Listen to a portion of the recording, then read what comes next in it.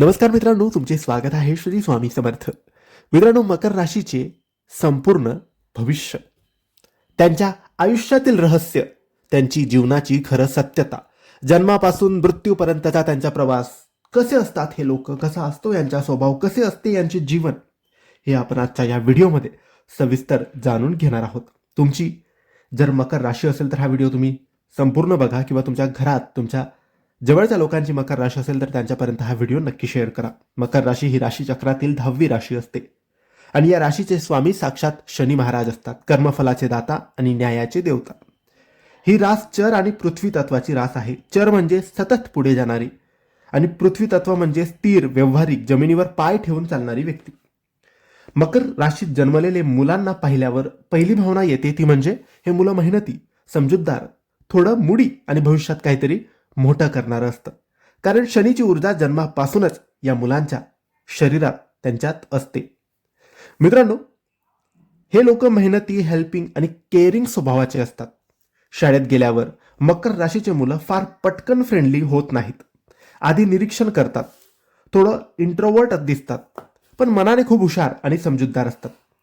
शनीच्या राशी असल्याने ही मुलं जास्त पाहतात, कमी बोलतात, मित्र कमी पण खरे आणि आयुष्यभर साथ देणारे असतात.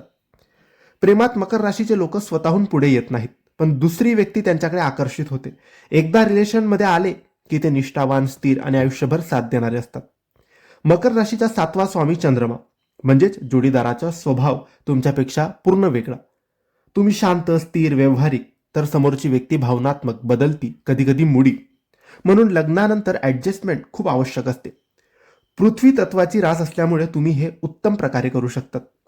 शिक्षणात स्टार्टिंगला मन कमी लागते, पण जसं वय वाढतं तशी कामगिरी तुमची खूप मजबूत होते. स्टार्टिंगमध्ये करिअरमध्ये जॉब बदलण्याची शक्यता जास्त, समाधान मिळत नाही, वातावरण पटत नसेल तर लगेच आपण सोडतो. पण 32-33 वर्षानंतर शनिदेवाची खरी कृपा दिसू लागते. कामात स्थैर्य येतं आणि उत्तम यश मिळतं. भाग्याचा स्वामी बुध, म्हणून भाग्य उशिरा फुलतं, पण एकदा फुललं की जबरदस्त फुलतं. वय वाढल्यावर गुडघे, सांधे, दात किंवा शोल्डर पेन, बीपी यासारखे प्रॉब्लेम सुरू होतात. स्वभाव मात्र अतिशय शांत, स्थिर, आध्यात्मिक आणि अनुभवी बनतो. इतरांना कर्म आणि जीवन समजावून सांगणारे तुम्ही घडतात.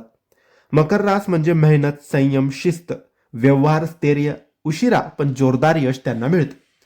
हे होतं मकर राशीचं संपूर्ण सविस्तर सत्यता, रहस्य.